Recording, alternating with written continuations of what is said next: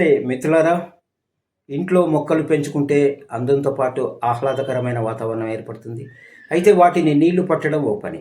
ఆ పట్టిన నీళ్లు కుండీల నుంచి మట్టితో కిందికి జారి ఫ్లోర్ని పాడు చేస్తూ ఉంటాయి.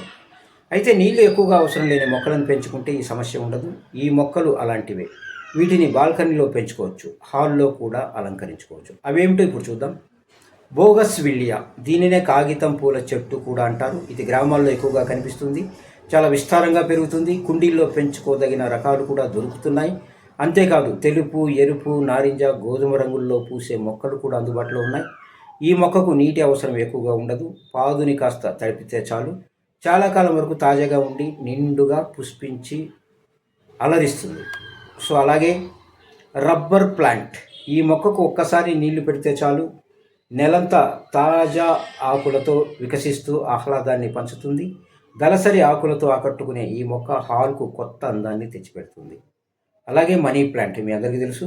ఇంట్లో మనీ ప్లాంట్ ఉంటే ఆర్థిక ఇబ్బందులు ఉండవని, సంపద పెరుగుతుందని చాలామంది నమ్ముతారు. అందుకే దీన్ని పెంచుకునేందుకు ఆసక్తి చూపుతారు. దీనికి కూడా అంతగా నీటి అవసరం ఉండదు. ఇవే కాదు, కాక్టస్, జేడ్, స్నేక్ ప్లాంట్ లాంటి మొక్కలకు కూడా నీటి అవసరం అంతగా ఉండదు.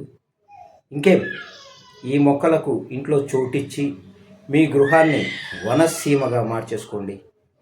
All the best.